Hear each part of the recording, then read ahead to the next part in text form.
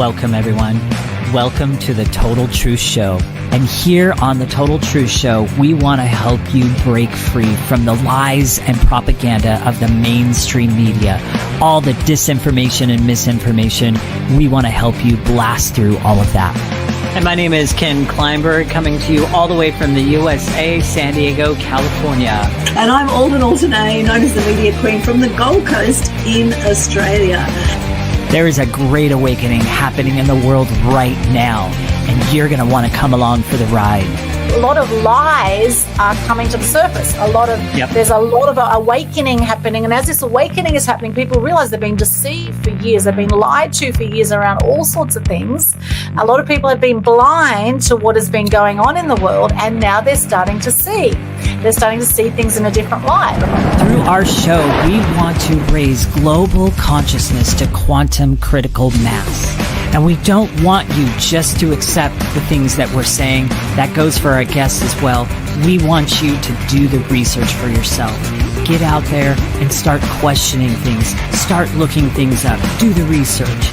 We want to pave the way for a new awakened world. And we want you to come along for the ride. So with that, let's get started, you guys. Let's dive into today's episode. Once again, welcome.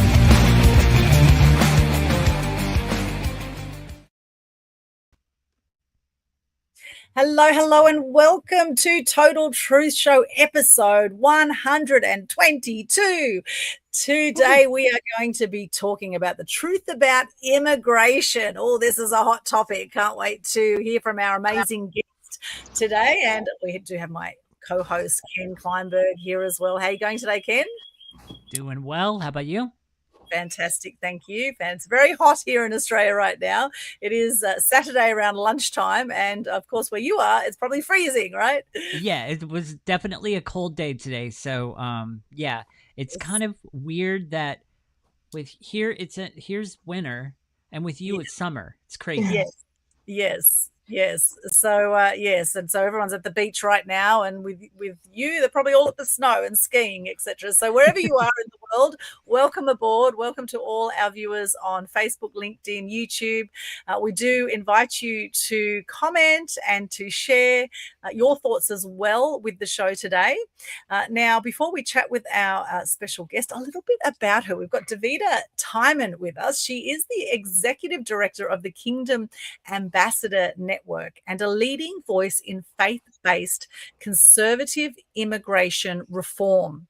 She brings over 20 years of federal and US diplomatic service experience, informing her disciplined national interest approach to policy awareness and international engagement. Davida is the architect of the Lighthouse Immigration Strategy, a results-driven framework emphasizing border accountability, lawful immigration pathways, and family preservation without rewarding lawlessness. Mm-hmm. She's also a key advocate for the Dual Hope Act, advancing reforms that restore order, uphold moral responsibility, and protect American sovereignty. Welcome to the show, Davida. Yes, thank you. Thank you so much. Glad to be here. It's a good time to have this conversation. It's always a good time to have this conversation, in my opinion. But thank you. Yes, thank you, Davida. And I know it's a hot topic in Australia because our Prime Minister with Labor here, we have Labor and Liberal, our two major parties here, and the Prime Minister, Anthony Albanese, plans to bring 1.8 million migrants to Australia over the next 5 years. And a lot of people are up in arms about that for many reasons, such as they feel these people are taking their jobs. We already have a situation where we don't have enough homes for a lot of people in Australia. So now, we've got a homelessness problem. And some people are saying that the reason that the Prime Minister is bringing so many migrants into Australia is because he's buying votes. Now, that's a very interesting thought, buying votes. Okay. So, so Davida, what's going on in America? You've just had something pretty tragic happen. Can you share what's going on over there? Yes, absolutely. So on Wednesday, Renee, this woman in Minnesota, she had an encounter with immigration customs enforcement, and the result was her life. And what we're noticing is that there's a lot of disorder behind what is happening at this moment. So first of all, I want to take a breath. I want to take a moment, because this is a very partisan type issue. You know, people have very solid beliefs, set aside beliefs. And one of the main reasons I'm really excited to be on this particular show is because we get to talk about the truth. We get to talk about the truth, right? And so with my history, I have been with State Department, I've been domestic and abroad, and really was able to experience immigration on both sides of the window, right? So on one side of the window as a government official, right? And you are reviewing fraud prevention type concerns or looking at visa cases, you get to see that perspective.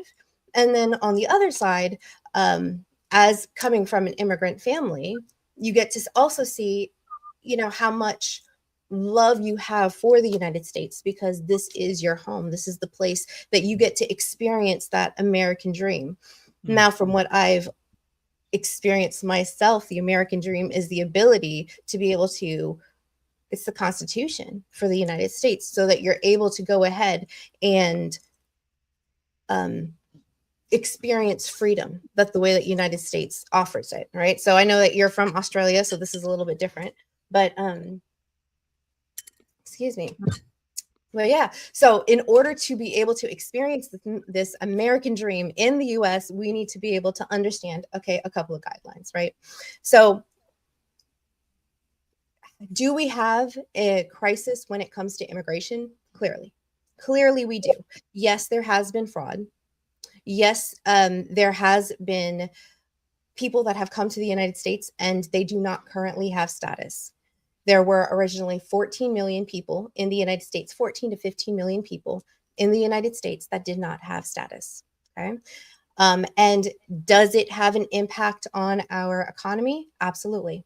It definitely has the ability to have the impact on economy, but we also have to understand, at least for the United States, that we are a nation of immigrants, right? So how do we find that duality behind being a nation of immigrants and respecting the fact that our country was founded on, you know, in God we trust, right? So the United States, our founding fathers had God as the forefront. So why are we not looking to the word? So that's one of the first things I wanted to do right now.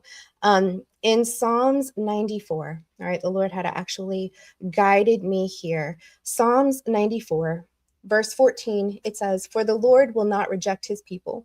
He will not forsake his inheritance. Judgment will be founded on righteousness, and the upright in heart will follow it." All right, so let's sketch back a little bit to verse 14, where it says, "They pour out arrogant words, and all the evildoers and full boasting. They crush your people, Lord. They oppress your inheritance. They slay the widow and the foreigner and murder the fatherless.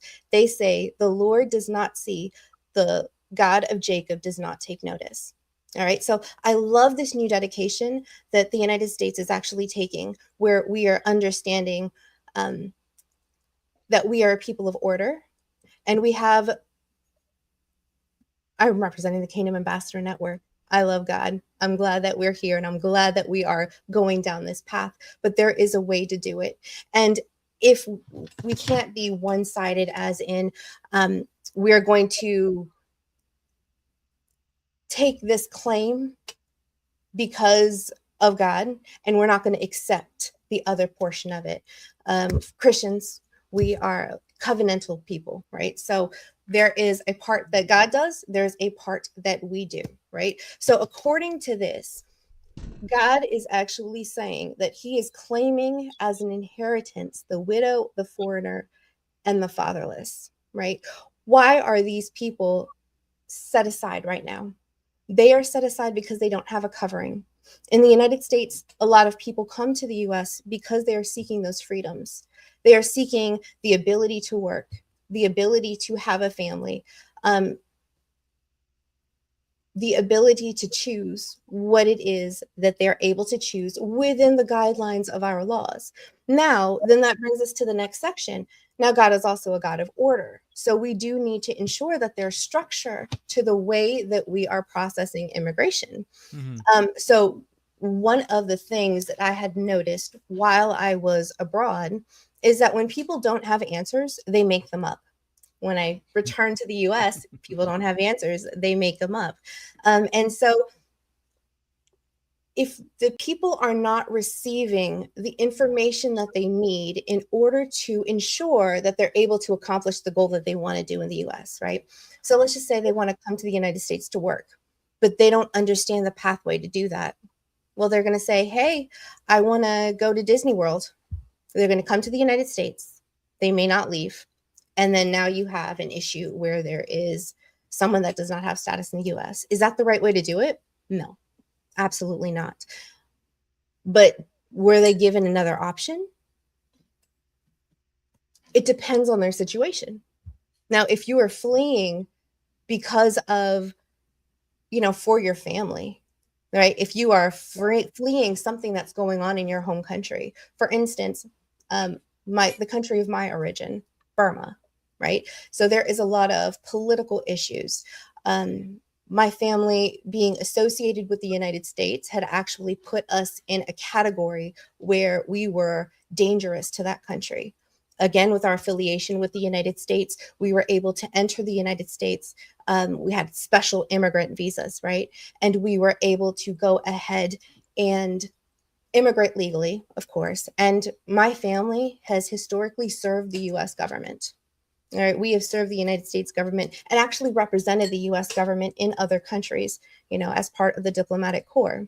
And so when we talk about patriotism, I don't know a stronger patriot other than my father, who's recently passed away. And watching their lives and the heritage that we were able to maintain because of our culture, right? The things that didn't go away simply because we relocated. But then when you get to see and evaluate the people around you and how immigration in the United States gets to touch every single person. I try to run away from immigration multiple times. I resigned from the federal government. But whenever I walked into a room, I noticed that was the best way that I was able to serve people, by providing them immigration support, helping them understand that pathway, helping them to understand if you want to work, then these are the categories that you could qualify under. So what is it that you do? How is it that you can contribute to the United States' economy? Because if you're working in the United States, if you have a business, then you have the ability, if you have a business, to have employees. So now you are helping reduce joblessness in the United States, right? You're able to unemployment. You're able to help that statistic. Excuse me. So yes, absolutely. There is a way to do things. And I noticed that part was missing because it didn't seem like there was a lot of communication. There wasn't a lot of truth. The information is coming from websites, and I'll give credit to the State Department. They did try to change their language so it's more acceptable, right? But in this time, there's also a lot of predators out there that are just trying to, make a buck. Right. And so, whether or not you have attorneys that are charging immigrants, migrants, anywhere from $5,000, $7,000, $15,000 per person, depending on what it is that they're applying for. Like, some people would not be able to say, okay, well, I don't mind, putting down $7,000 for my work visa. A lot of people would not have the ability to do that. So, and if they're unable to do that, and they don't know what categories they're supposed to get into, what options do we leave them? And that's how we get into the lighthouse immigration strategy, because the goal is to be able to cut that communication deficit down, right? We want to ensure that the people on one side of the window have access to the information that they need in order for them to be lawful in the United States. Now, what I've seen, so that was something that I noticed while I was working within the diplomatic corps. All right. One thing I've noticed outside of the diplomatic corps is that, man, I lost my train of thought. So it happens. Yeah, I'm sure it'll come back. I'll just mention while you think about that. In Australia at the moment, the Department of Home Affairs estimates 70,000 people live unlawfully. And many of them actually arrive on student visas or visitor visas. Also had a lot of boat people come illegally as well from, a lot of Asian countries, particularly nearby, and other countries. And I know this, some of them are escaping wars and really bad situations as well. And I think, it's good to be compassionate and, to consider people's situations. And at the same time, I think, when people do come into another country, I think they need to find ways to integrate into that culture rather than, being fanatic about bringing, their particular culture in and segregating, hanging out with just people from their country rather than, their original country, rather than assimilating into the new culture. So I think, I think there's a lot to this. It's quite a complicated web, this, topic of immigration. Absolutely. And you actually hit the nail on the head right there. That integration piece, that's what I noticed the most. But not so much, because the United States has been known to be a melting pot. And it's very interesting. One thing I love the most about the US is that we do have diversity, lots of diversity. And I would even go to say that it's unmatched worldwide, the level of diversity in the United States. And so with that being said, what does that integration process actually look like? So with the Lighthouse Immigration Strategy, that integration process is a focus on the economics, right? Because immigration should, even according to the word, should be able to be an economic asset to whatever country they are moving to. Right? So you're bringing your skill, you're bringing your wisdom, you're bringing your family, you're bringing your love for your new country if you are immigrating to that new country, to that new place of residence. And migrating is hard. There's a lot of people that will come to the United States, and they were so focused on planning to enter the US that they didn't really think it through of what happens next, right? And so that integration process should look like, how can I be economically stable in the United States? Am I going to be looking for a job? Do I already have a job? Do I have a skill that I'm able to create a business for? And if I'm able to create a business, how can I do so where I am most successful? Most successful also means you pay taxes, right? And so when we are ensuring that people come to the United States and they are successful economically, then you see a couple of things happen. Number one, they're stable. And number two, they also give back to their home country. And so when you are giving back to your home country, you're actually limiting the need for future immigration, because you may have your immediate family reconciled in the US or whatever country, but then you're able to still support your in-laws, your extended family in your home country. And you're doing that because that's what you choose to do. That's what you're able to do. But an additional part of that is also the mental health aspect of it. I'm actually not from Virginia, or I am from Virginia, but I was also in Maryland for a very long time. And so moving from Virginia to Maryland and back again, that was a challenge. It's state lines. We are all within the DC, Maryland, and Virginia location, the DMV. It's really within a 30-minute to a 2-hour radius. And that was a challenge. Could you imagine moving hemispheres like we were talking about earlier with the weather, just to understand, okay, so if I come to the United States, in January, it's going to be summertime because you're from that part of the hemisphere, and you come here and you realize, I am not packed for this. I don't have what I need. I am very, very cold.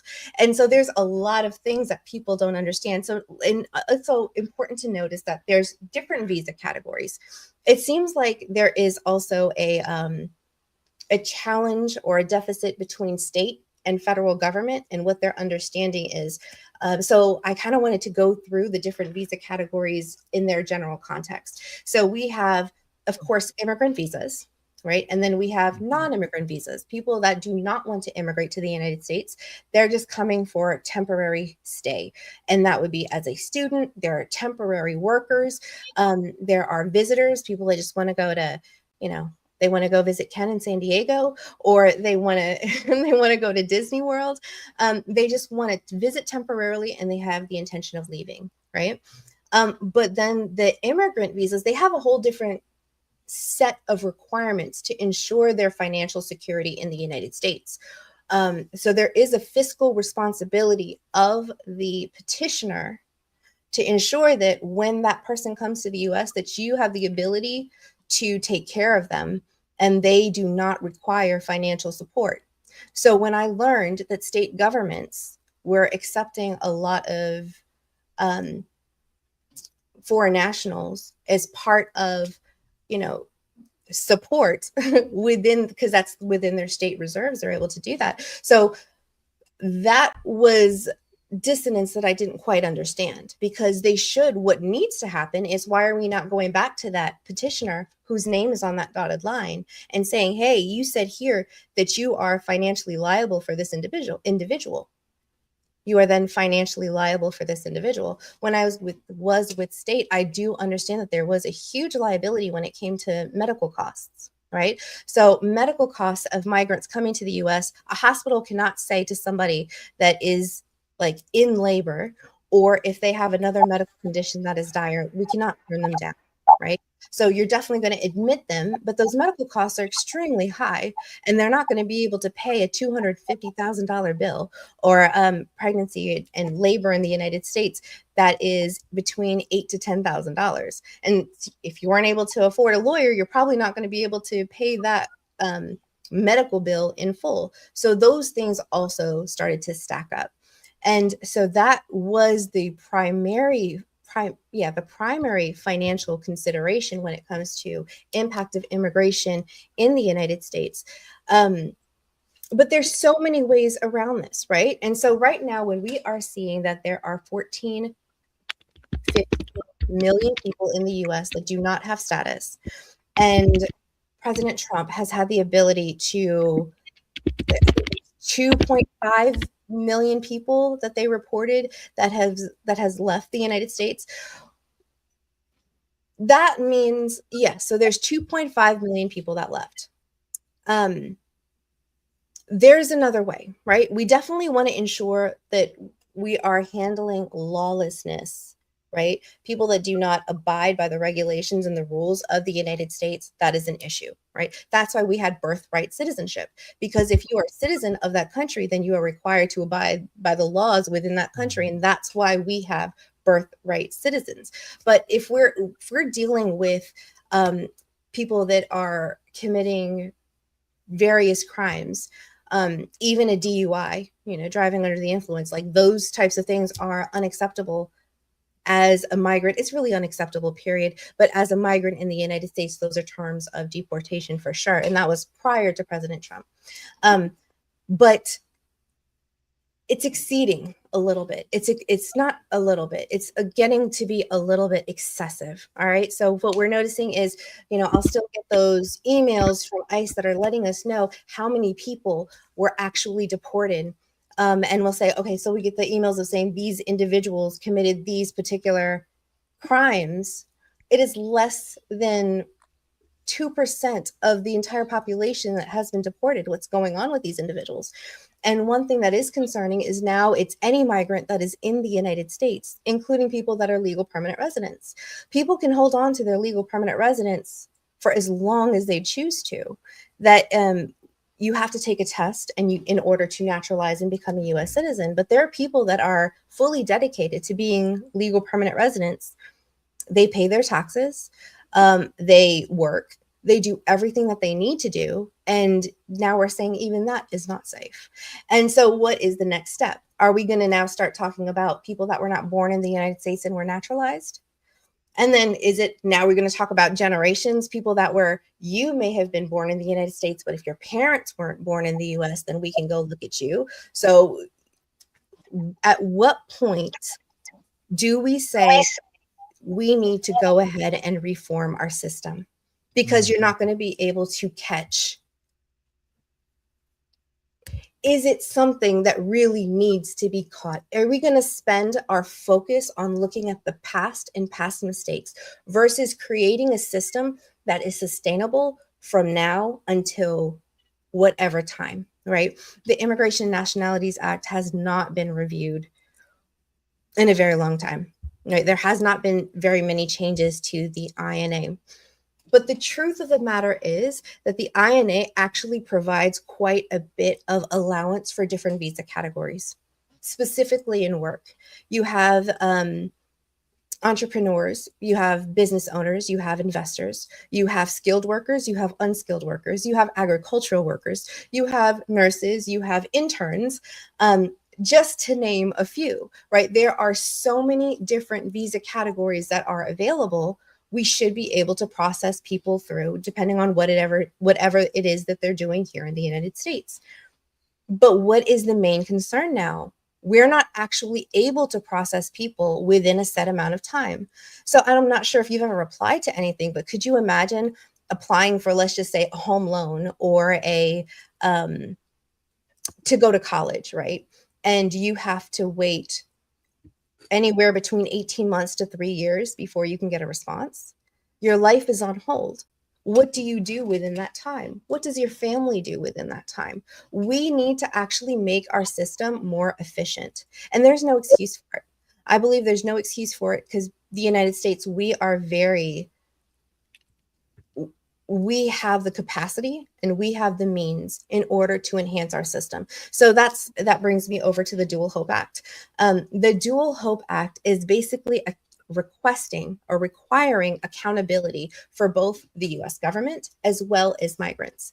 We're requiring that the migrants are able to go ahead and say, here, I am here.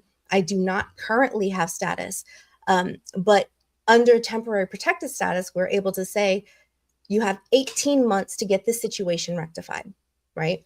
Right now, we have temporary protected status for Burmese individuals. I think that expires at the end of this month.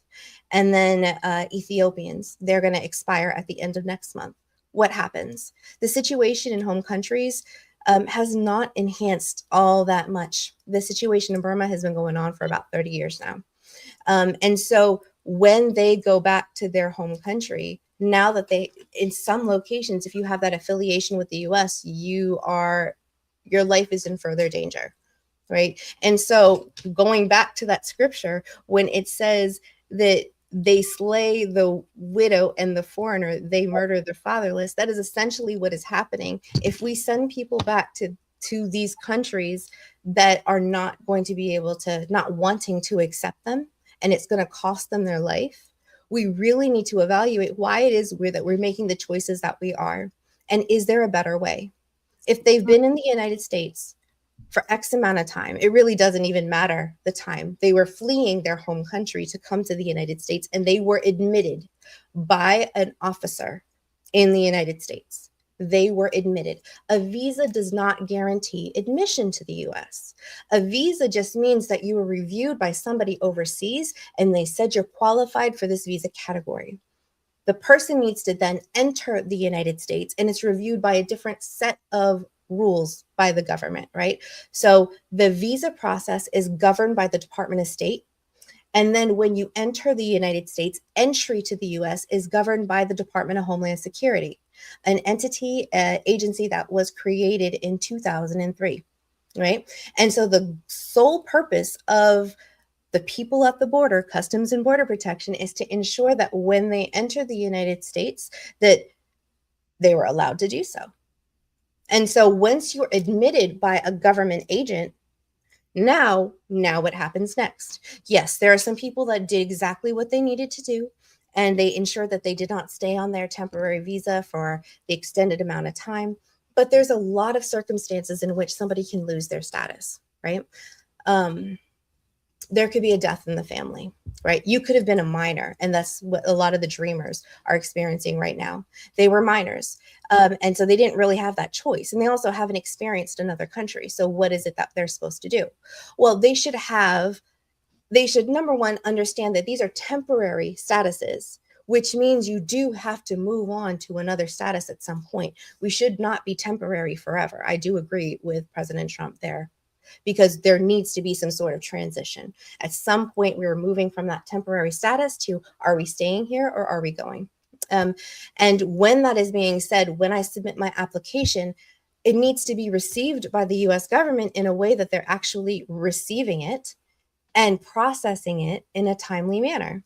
And once we see that the processing and is complete, it's done to completion, where it's either a yes or a no, not infinite administrative processing, because that's what we're seeing in a lot of cases, then we might be able to see some order where we're not going back to what happened in Minneapolis, where the woman was shot. Was she in a situation, and this might get some people mad, but was she in a situation when she was obstructing justice? Or was it, or were there other things going on, right? It's almost like, oh man, you're in Australia. I don't know if you guys watch football at all. Yes, they love their football here. Okay, all right. So do you have the instant replay? I don't know, because I'm not into football, to be honest. They have AFL and NRL, and but the very Aussie thing. They love their sport here. So it's not like the American football, but like gridiron and all that. But but I'm sure they do. I'm sure they would have replays. Yes. Yeah, absolutely. Like we love our football here, right? And it's a play-by-play.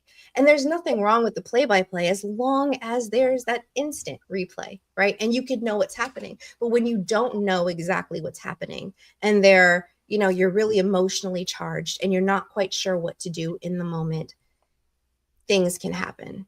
And unfortunately, in this situation, a life was lost. And regardless of what happened, life is precious. And when lives are lost, we need to evaluate how we are functioning. Is this really the best way forward? Yeah. And so that is one of the major concerns we have here with immigration. Yeah, a lot of very good points you brought up there. Ken, what are your thoughts? To put it really plain and simple, like, I really love what Davida is doing. She's bringing order. She's protecting sovereignty. She's not saying that, immigrants can't come to the United States. No. In a nutshell, she's basically saying, let's reform our system so that we do this the right way, so that when immigrants do come in, number one, they're taken care of, but they are legally processed in the right way. So one thing I do want to make very clear to anybody listening is what Davida is not supporting is illegal immigration. That is definitely something that that she is not saying. And I just kind of want to make sure that that's really, really clear, because I think when we talk about the topic of immigration, there can be a lot of mixed messages that go on. Davida is handling the people that are coming here legally, some of the people that are running from their country because their lives are being threatened, because the government in their country is corrupt, and they need to come to a place where they can feel safe and build a future for them and their family. That's okay. Doing that. That's definitely okay. Our country is built off of diversity. Absolutely. And I think that's what makes our country wonderful, is there's a whole bunch of diverse amount of people. Different people have the different gifts and different whatever. But Davida is, coming in here and basically, to put it in a nutshell, like, I'm sorry, Davida, I don't have like all the technical words and all the fancy words that you do. You've been in this for a while, so you've got all those words. So I'm kind of bringing the layman's version of this. But I am 100% in support of what Davida stands for. She's balance, right? Yeah. Yeah, and absolutely. Like Australia is very multicultural, as is England as well, very multicultural. Now we must remember in Australia that everyone, if you're not Indigenous or Aboriginal, original Australian, basically you are not, an original Australian, right? So actually, most countries nowadays are made up of immigrants, right, who've come from, some other country. If you're not an Indigenous islander type person in a lot of places, or like the Native Americans, or if you're not an Indigenous person in Australia, then you're not one of the original people or one of the original custodians of the land.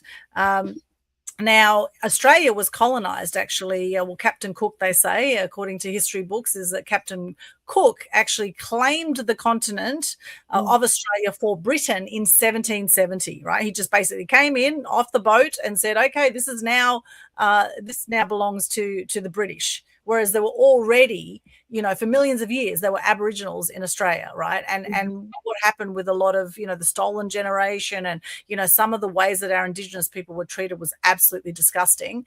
And at the same time, there were a lot of positives of the colonization as well. And England actually colonized Australia January 26, 1788. So right now it's January 10, 2026. Here in Australia, January 9 for you guys in America right now. So interestingly, so the last 200 and something years, we'll say about 250 years or so of colonization, we have so many different cultures in Australia, and I love multicultural food. I love going to multicultural festivals. I love experiencing different cultures. But then on the flip side of that, we have things like the Bondi shooting that just happened, right? We just had the Bondi shooting where we had, people from, there's a terrorist attack that happened on Bondi Beach in Sydney during the Jewish holiday of Hanukkah. Around 1,000 people at Hanukkah, and a father and son, Sajid Akram and Naveed Akram, killed 15 people, including a 10-year-old child. And that was over, religious. Well, it was basically, over what's been going on. I would imagine what's going on in Israel right now. That's, you don't just bloody go and shoot people just because you don't agree with something. But, this is religious based or maybe policy based, having a go at Israel because of what's going on in Israel. And I know they did stop a whole lot of aid organizations going in recently in to help people in Gaza, which, there's a lot of people starving over there and some absolute atrocities happening in that region right now, which is absolutely disgusting. And when you look back at history, a lot of people have been starved to death in different countries. It's happened in Turkey. It's happened in Russia. In fact, my history, I have Greek, Turkish, Ukrainian background. I have family that died of starvation because of government, control, because of certain things government did, where, Stalin came in and killed the kulaks and killed a lot of farmers, including my great-grandparents. And of course, when you kill the farmers, you're killing the food. And of course, then you starve your people of food. And of course, this is going to have a ripple effect on all the other countries in the region, right? And what do we do as human beings? We have to, of course, have some compassion for other human beings. And unfortunately, there's a lot of corrupt governments. It's just degrees of corruption, right? In Thailand, you speak against the king and you get killed, right? Yeah. This is what happens. And apparently now to enter the US, if there's anything, you say anything against Trump, apparently that's going to, stand against you as well. So we have a big religious divide that can also happen. And a lot of wars have created over religion. So as we bring more people into our countries from other religions. So, for example, in Australia at the moment, there's 43.9% are Christians in Australia.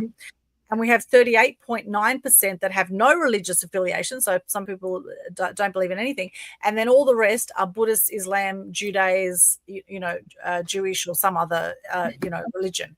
And so this can really divide the different countries and can create a lot of conflict if there isn't, some cultural understanding and acceptance of who have their own beliefs. And unfortunately, unfortunately, with some of these religions, they believe if you kill someone that's not of their religion, that, particularly some particular Muslim religions, that they will go to heaven and have a whole lot of virgins, etc. So, this is apparently in the Quran. It's a very interesting world we're living in right now, where we have such a melting pot of people across the world. I think anywhere you go in the world, just about, you're going to find lots of different cultures, and then interbreeding of different cultures as well. So it's really become quite a melting pot. But I do agree with you. I think it needs to be done properly. I think there needs to be certain rules around it. Illegal migrants is not the way to go. Turning up on a boat is not the way to go. A lot of people drown as well. The boat people, a lot of people end up drowning in the ocean, attempting to illegally escape the country and look for somewhere to move to, and plus also the thing about, for example, a lot of Muslim families, as I say, I'm just saying Muslims because I know a bit about it, they have a lot of children, and a lot of these people are on welfare, right? And so that really drains the government funds, the taxpayer money, to pay for all the children, because the government in Australia is very generous, particularly the Labor government, very generous in paying lots of money to people who have lots of children. And at the same time, Australia was built on migrants, a lot of migrant work, because migrants tend to work their butt off as well. You have those that really do work their butt off and work really hard and actually help build countries as well.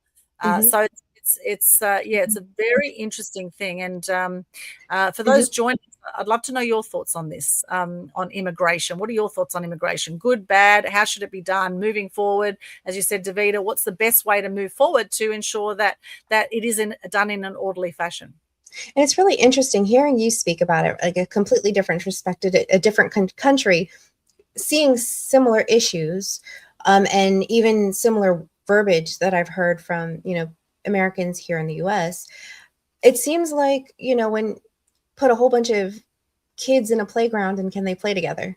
And they come from different backgrounds, different languages, different cultures, different belief systems. Can we play together? Will there be pushing and shoving? Will I say, no, this is my swing and you can't have a turn? Like, how are we treating our migrants? How are we teaching our children to really, is it integration, or is it, being nice to your neighbor at this point? And then really understanding what is going on here, because one of the first places that I served was in Yemen, right? And I was a child here. I was a dependent. But I, helped out the American embassy. My dad was, he was the diplomat at the time, of course, still as a dependent. But in Yemen, one of the things is I absolutely love their culture. I absolutely love their culture, their dedication to family, I absolutely love their culture, and I love their food and their architecture and their design, and their innovative. And, one thing about Western, because I was over in Yemen and also served over in Abu Dhabi in the United Arab Emirates, and the Westernization in the UAE, I mean, still very beautiful, amazing scents and smells and foods and all of that goodness, but it's also very Westernized. It's very different. One thing I loved about Yemen, it was very much grounded in their culture, and you could tell the difference, right? So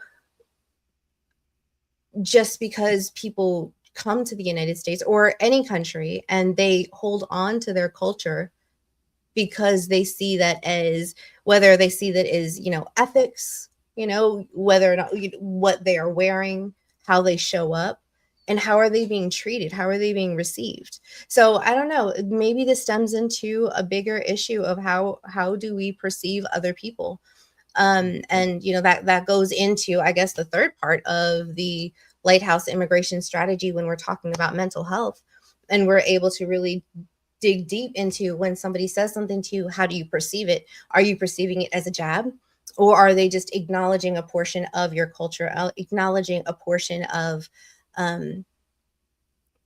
your experiences? So I think, that this might actually go into, if we're noticing a lot of violence, I don't believe that we actually have those big issues where it's somebody, other than if, those terrorist attacks, like, something on a larger scale. But we haven't really experienced that in the United States. It's usually all those one-off instances. And even the shooting in Minnesota on Wednesday, that was between an ICE officer and the woman that died was an American citizen, and so it wasn't even any kind of cultural challenges there. It was, and I don't even want to say necessarily it was a misunderstanding. It seems like Renee, she was in her mind and thought process of what she thought was best. And then the ICE officer, maybe he thought he did what he thought was best. But clearly somebody died. So just because you thought something was best, was it really the best action to take? And just being able to see accountability. Of course, Renee doesn't have the ability to demonstrate accountability because she's not here anymore. But if we were able to see some accountability, I know that in leadership, when, working with the State Department, one of the things that I really appreciated, we're going to go really deep into history here, with, at the time, Secretary Hillary Clinton, right, was that during Benghazi, she took that responsibility. She taught me a lot in that moment, that as a leader, you accept responsibility and then you make the changes. Because although you may have given that order based off of the information that was available at the time, you still gave that order. And because you gave that order in the way that it was received, it caused these issues. And so what orders are we giving, right? Was it perceived wrong? Maybe you gave an order and it wasn't received in the way that it was intended for. Maybe, in securing the United States from a hole in our economy, right? Because there is costs to individuals here in the US. Maybe in order to pacify that hole, now it's causing some violence and other issues. So rather than let's go in a little bit deeper, we need to find that better response. We need to really take a breath and see what is the best response and go about it. We need to find something that's good for the citizens of the United States, right? We need to look for something that is in the economic best interests of the United States. And also we need to care about the condition of our foreigners because they're here and they trusted us with their lives and with their families. And if you enter the United States on a boat or whatever means, that means you were desperate to come here. What caused that desperation? Do we not have compassion anymore? And you can only have compassion if you have the capacity for it. But if we don't have capacity, then there is no need for compassion, which is one of the things I love about the United States, because we have capacity. We are a country that even if we don't have capacity, we're going to grow it. We're going to build it. We're going to find it. We're going to innovate it. And that's what I absolutely love about the US. We can do that. So why does it make this situation any different? Why can't we look at it just a little bit differently? We understand that there's an issue. We understand that it has not been actively acted on. And this is what I actually think that President Donald Trump is an amazing individual to be able to rectify change with immigration. However, I do not believe that he has been given the right information in order to make the changes that would actually rectify immigration in the US. You might put a Band-Aid on certain areas of this huge wound, but this is not it's not going to fix everything. We really need to hold accountability. That is the only way that we are able to perceive change within ourselves, even in our finances, in our households. If we're not saying, what, maybe I am the link that is causing these issues, family, job, children, whatever it is, sometimes we got to look in ourselves. And that's what I'm asking the US government to do, to be able to say, hey, you know what, in immigration, there's some things that we can do a little bit better. Mm-hmm. And one of those things is making sure our systems are flowing. If our systems are flowing and our fraud prevention teams are doing what they need to do, and we are ensuring that people are being able to flow, and we have a process that works, then it makes sense to have more crucial consequences. But if we don't have a process that works and people's lives are on hold for years, what are we doing? What are we doing? Yes. Yes. And we do get very significant also about all these things, because when you look at the universe and look at the earth is very small compared to the universe, right? And we are one world. We are one world in a massive planet, right? And we've got all these divisions that happen all around the world, right? If we just step out of the world for a moment and go, okay, let's just, put someone on Jupiter, right? Now, interestingly, just looking at some stats here, did you know that the Earth is 8,000 miles in diameter, which we think, wow, that's huge. It'll take 45 hours to travel around its circumference, 45 hours to travel right around the whole Earth, right?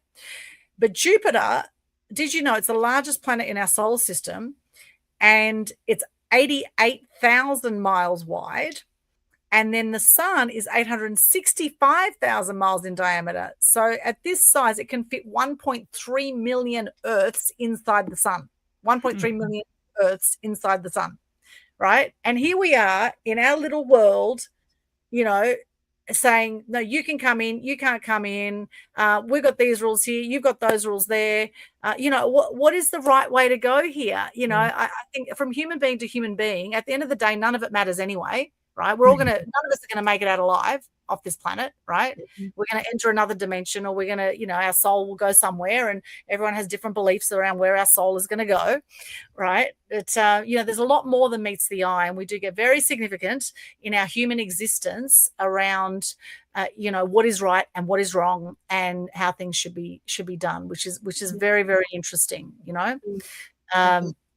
very interesting. I think definitely some more compassion for our fellow human beings who are doing it tough, definitely, I think is very important. And I think there also needs to be certain boundaries as far as, what we do accept and what we don't accept at the same time. So it's a bit of a tricky situation. And I do think, we can't control the things of the past. Yes, let's move forward. Let's move forward in a way that's going to be the best result for everybody involved. And ideally, a bit less corruption in government would be brilliant, but I don't know that will ever happen.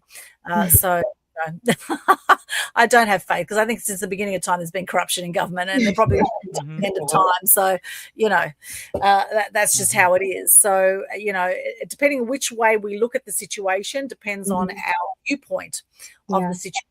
Of course, there'll be people who want to see their family, want to be with their family, who maybe, can't come into the country for whatever reason, or, people who are fleeing war zone areas where there is no food, there's no shelter, and this is a humanitarian crisis situation. So who's going to pick up the slack, and who's going to help these people in crisis situations? What is the right way to go about it?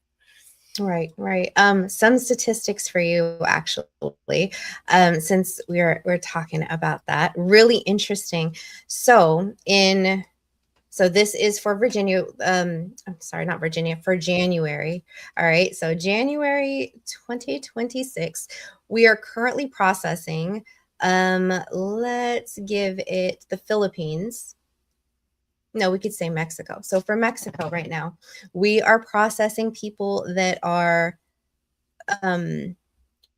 siblings of U.S. citizens that filed in 2001. Wow. The petition was filed in 2001. All right. So with the Philippines, they filed in 2006.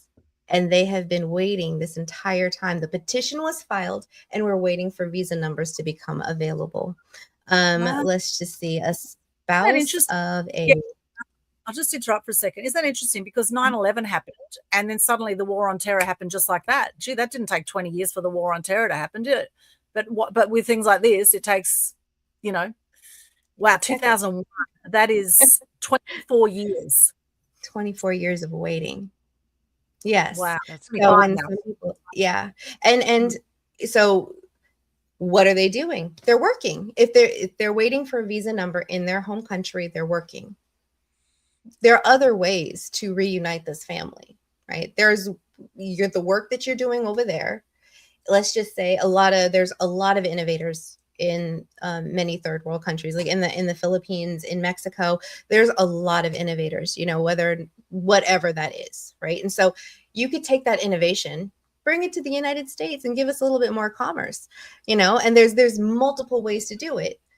But if you don't have that information, then you're going to look at that number and say, oh my goodness, 25 years of waiting? I don't think I want to do that. All right, everybody, let's go to Disney World. And that's kind of how that conversation comes to be. But there are other ways. There are other ways to do this legally. And we just need to do better at, getting that information out there and saying, hey, you can't, and Ken and I talked about this recently about sovereignty, right? We can't have sovereignty without borders. So borders are absolutely essential. Borders and boundaries, right? And so we definitely have those gates. We definitely have those things that are those limits.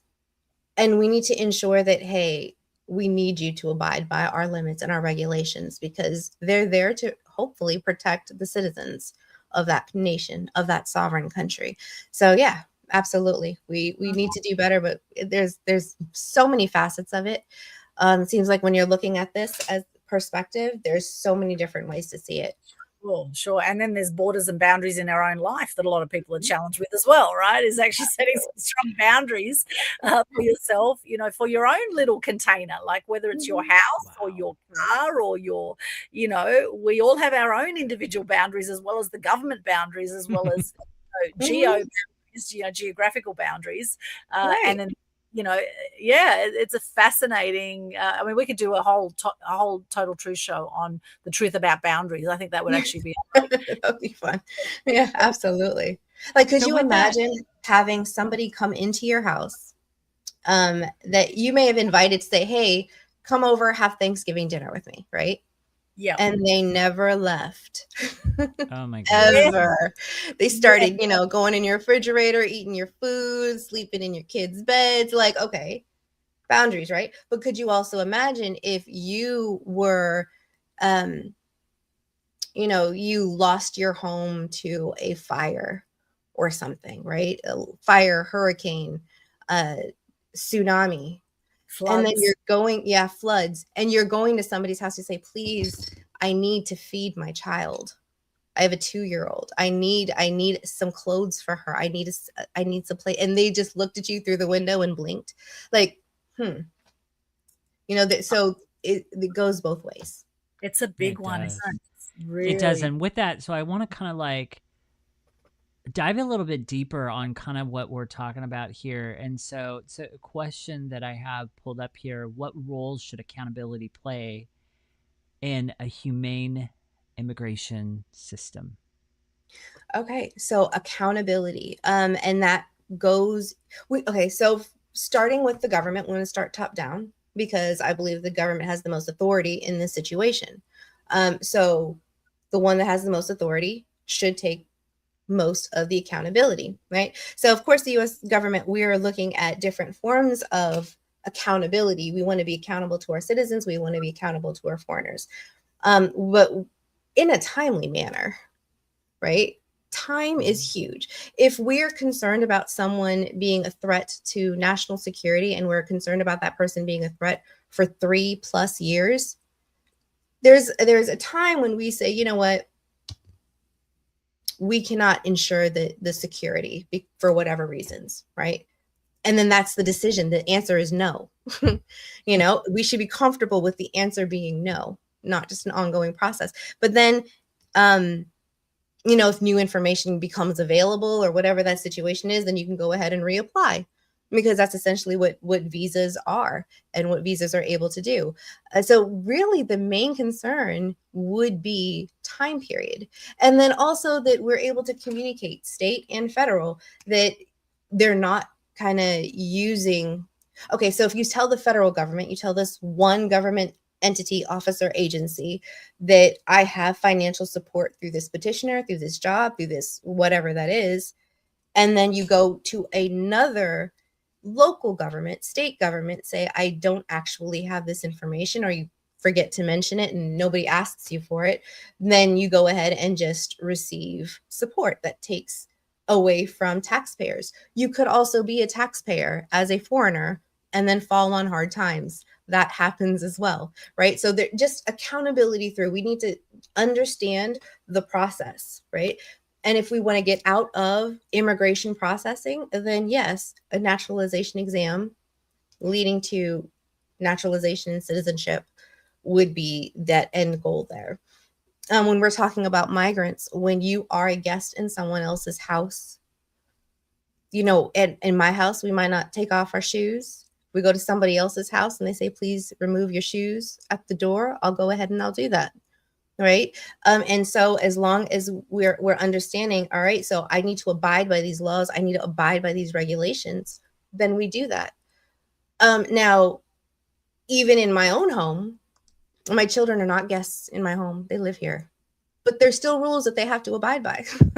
You know, there's still boundaries and regulations that they need to abide by, and there are consequences if they don't. Kids are great. But yeah, there would be consequences if they didn't. So it goes both ways. Yes, so true. And, you know, structure creates freedom. It's one of my favorite sayings. Structure creates freedom. And imagine a world where there's no boundaries. Like, it would be chaos, right? So, yeah, it's absolutely crucial to have boundaries and to have rules, and ideally rules that, you know, that consider the best outcomes for everybody, and also not undermining your own values as well. So, you know, it's not okay to just go shooting willy-nilly. Like what happened in Bondi was absolute atrocity. You know, it was horrific that 15 people lost their lives because, you know, 2 people were angry with the Jews and decided to just shoot a whole lot of them when they're at a public festival. Just shoot random civilians, you know, random people. I mean, that is not okay. You know, that you don't come into someone's country and start shooting people just because you're of a different religion, no matter what country you're in. You know,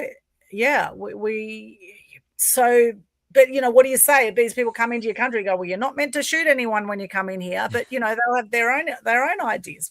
What do you do? How do you make sure that people follow the rules? Yeah, no, absolutely. And I think what happened during this conversation was actually very healthy, because we're able to say, all right, so the immigration concern is really a concern of boundaries, right? And how are we navigating those boundaries? And we all have boundaries, so we can relate to that. But we also understand that these boundaries that we're talking about, it impacts everything. It impacts, you know, we have boundaries for ourselves, we have boundaries for our homes, for our children, but we also have communities. We have law enforcement, right? We have, in the United States, we have local, state, federal law that each of them have boundaries. We have, it impacts our economy one way or another. There's ways that we can shift it so it positively impacts the United States. One of the programs that we held last year, and you know, it continues into this year, is for agricultural workers. So if you didn't have status, then, and you want to work in the United States, you want to, and we have lots of farms, and we want to do more crops and commerce within the United States and not have so many imports, right? So then we can grow more produce in the United States, and we have agricultural workers. Now that is a gap that we're able to fill if we are able to utilize our resources well. And yes, people are resources.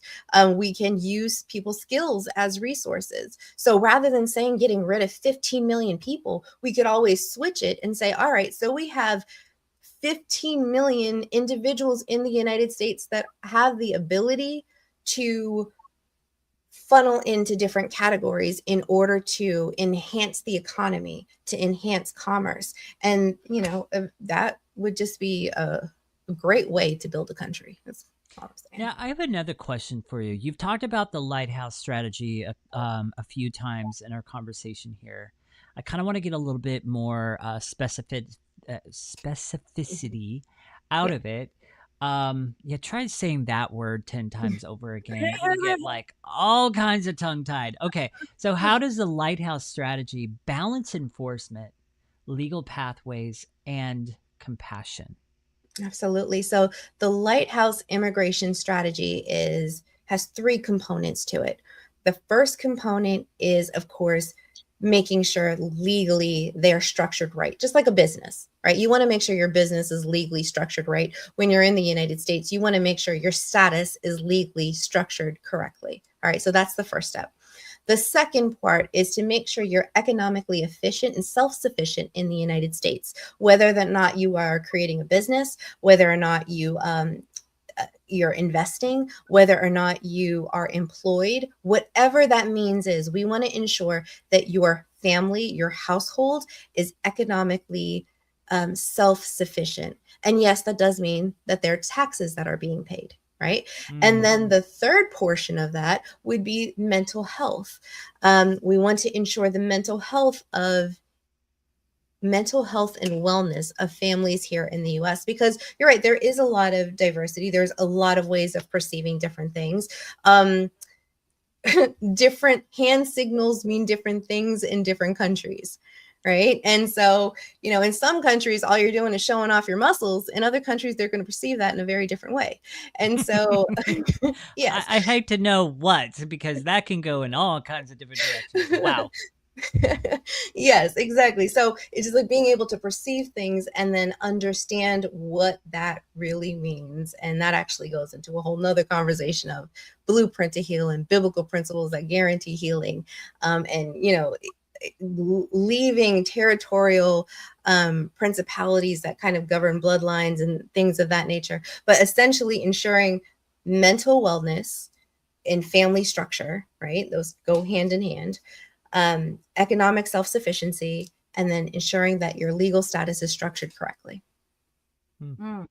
Yeah, there's some very valid points there. Yeah, I think this is a very interesting discussion, immigration, and there's always going to be pros and there's always going to be cons with everything. It's like the yin yang of life.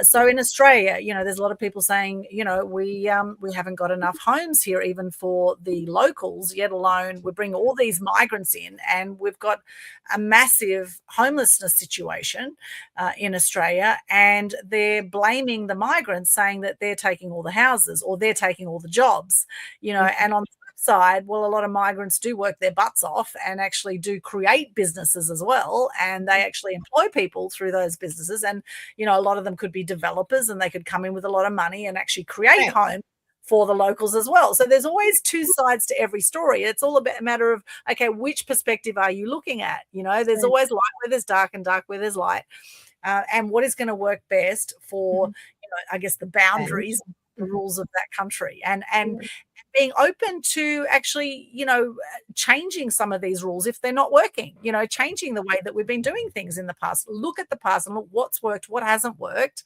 what can we implement now moving forward that's going to work best in this current economy or current world climate even, right? And coming into uncertain times. There's a lot of countries have nuclear bombs. I mean, it could all be over in a flash if some of these countries let off some nuclear bombs. None of us will be here.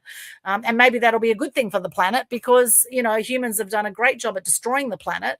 However, the earth, nature will, it'll keep going. The trees will keep growing, and, we're doing a great job of destroying ourselves and the planet. And so I'm a big advocate for let's be respectful also of our environment while we're doing all this as well, of our environment, and make time to connect, with nature, with the animals, and realize what a beautiful world it is, and have respect for all beings, not just other human beings, actually have respect for all beings on the planet, because I think we're all here for a reason, and we're all sharing this human existence together. So let's look for ways we can do it more harmoniously, more peacefully, and consider other human beings, not just where they're from, or what their religious status is, or what their cultural beliefs are, or what kind of food they eat. Let's look at how we can learn from each other. How can we live a more harmonious, peaceful existence together? Because whether we like it or not, we're all in the one world together anyway, and what is in one part of the world is going to impact another part of the world. Absolutely. So let's do our best to make our world the best we can in our small world, in our intimate world, and then have that ripple effect of change around the world. And they say hurt people, and heal people heal people. So also very important, whether you're migrating, not migrating, whether you're, in this immigration loop, is actually to look at how can you have the most peaceful existence that you can on the planet? How can you find ways to love yourself more, to love every single part of yourself, so that you don't go out in the community with so much hate and anger that is reflected from you hating and being angry with yourself. Right? Yeah. If you're more peaceful with yourself, you're more loving with yourself, then that ripple effect will flow out as well. And of course, boundaries are important, having your own boundaries for your own self-love as well. So really being mindful of how are you doing life? Are you having a great existence of life? Because there's a lot in the world we cannot control. There's heaps in the world we cannot control. So how are you going to live the most empowered, beautiful existence you can for yourself on the planet, considering a third of people die by the age of 65? And 90% of people die with regret. So considering those kind of statistics, right. 1 in 3 of us potentially will be dead by 65, and the years fly by. The older you get, the years fly by. And how are you choosing to do life? Sure. Are you choosing to fret and worry about the immigration policies, or, are you worrying about what someone else is doing or not doing to you? As I say, everything happens for you, not to you, right? Where are you putting your life force, your energy? What are you focusing on? What you focus on will grow. And my intention for everyone in my life is to live your best life possible. What does that look like for you, knowing there's so much in the world you cannot control? And also at the same time being a stand for something. If you see some injustices in the world, or you see something that is crazy, like waiting 25 years to find out about, migrating to a country. I mean, that is just outrageous. That's like a third of someone's life that they're still waiting to find whether they can go to another country. That is absolute insanity, and, making sure that the same rules for everybody concerned as well, the same rules. Like, so for example, when all the jab mandates came in Australia, there are a lot of politicians that they were exempt from getting the jab, but everyone else had to take it because it was safe and effective. But the politicians, they didn't have to take it, right? So we need to make sure that rules for thee, rules for me. That's what we saw during that time. Rules for thee, rules for me. My gosh. All right. Exactly. Yes, absolutely. I definitely do have a call to action, though, for people that may be listening, that may be impacted by immigration in the United States. And I am talking about American citizens that care about this issue. Yes. So American citizens, legal permanent residents, because you're coming down that line as well. People that have temporary status, people that do not have status. And for the individual, especially for the individuals that are on that list that is growing. I think 20 more countries were added to the ban list. And so that list that is growing, if you're from one of those countries or you hold one of those migrant status, contact us, get in contact with us on immigrationintegrates.com. We are looking to ensure that you have the information that you need to make the right decisions for you and your family. Sometimes you'll choose to go back to your home country. Sometimes you'll choose to find a better way, a quicker way than waiting for 25 years in order to migrate to the United States.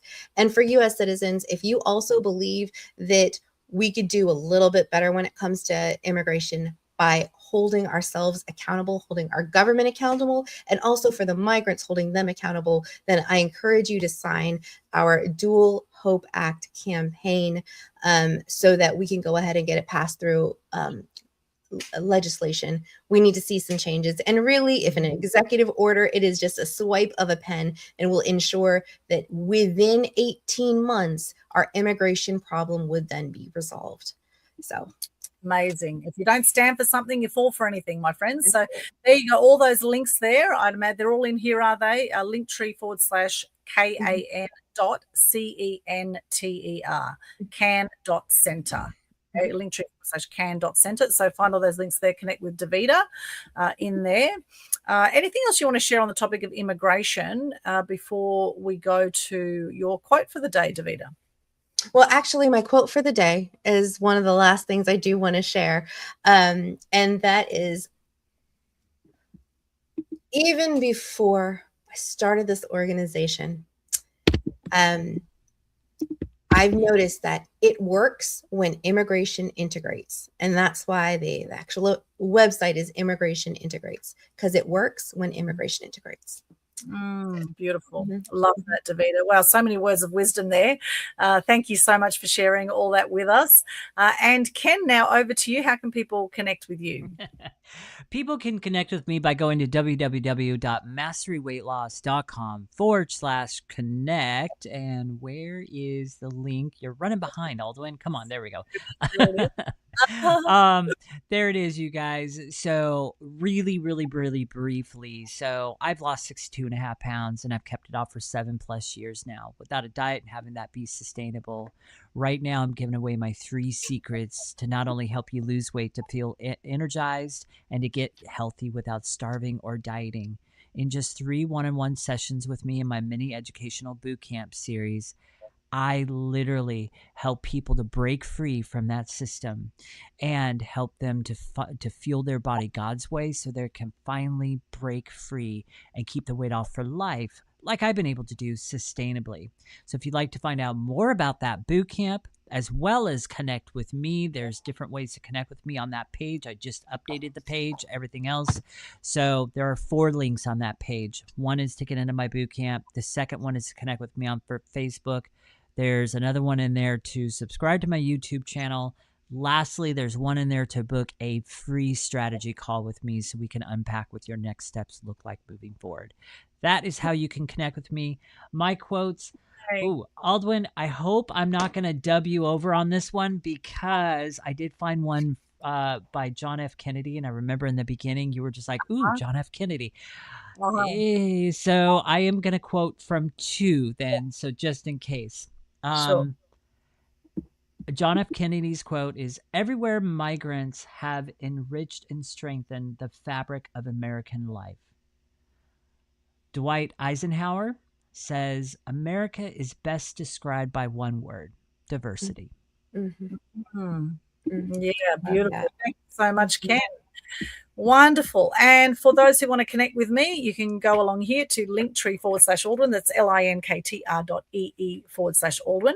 If you want to be seen, heard, and known for the amazing person that you are, if you want to build your brand, your expertise, then reach out. My background is traditional media, and I do a lot in the online media space now. We have a mass media mastery program.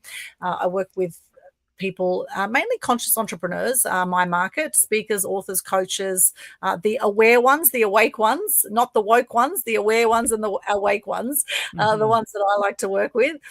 So reach out there. You can find all my links there. That's my YouTube channel as well. You'll see that picture there, Aldwyn Altuney, Media Queen TV. You'll see on YouTube. If you haven't subscribed to the channel yet, we've just had 301,000 views of YouTube, and that's even with some shadow banning of some of my content, interestingly. So thank you to everyone who supported my YouTube channel over the years. And you'll see all our previous shows, all the previous Total Truth shows, Media Queen TV shows, Media Mavens shows, etc., etc. It's all there. Let's stay connected. We put a lot of inspiring content out as well. And we have the Global Good News Challenge, which is free for you to participate in every month. It's free marketing. You will feel fantastic when you share gratitude. And also the people in your life will feel amazing when they share gratitude. And that is a great way to help decrease depression and suicide rates and lift the general energy across the planet. So check out the Global Good News Challenge Facebook page, and in all those links you'll find everything there, and some free media resources as well if you want to get on TV, some free tips there on how to get on TV and some other great stuff. So hop along there, and I have some quotes for you here as well. Now, the John F. Kennedy one that I mentioned earlier is, he said, "We are a nation of immigrants and we must uphold that tradition." That's what John F. Kennedy said back in the day. Okay, cool. So I didn't steal your quote. Okay, awesome. No, but there's another quote actually that I really love, and this is from, it's unknown who this comes from, but "We are all immigrants in this world trying to find our place." Isn't that a great one? We're all immigrants in this world trying to find our place. And another one I love too, by Lao Tzu: "Every great journey begins with a single step." Every great journey begins with a single step. I want to thank our amazing live viewers here on Facebook, LinkedIn, and YouTube. We've had Amrutha Raj from Bangalore, India. Welcome, welcome. Good to see you there, Amrutha. And I must say, I love Indian food and I love Indian clothing and jewelry as well. So thank you for joining us all the way from Bangalore, India. And we have Charles Caldwell, who is an Aussie guy in Hong Kong. There you go.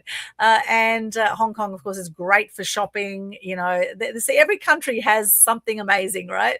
I'm very grateful for all of the multicultural restaurants we have in Australia. I love experiencing food from different cultures. So very grateful for that part of multiculturalism there. So welcome, Charles. Thanks for joining us. And for those who are watching live, let us know. Are you live with us right now? Pop live in the chat. Are you watching the replay? Let us know replay in the chat.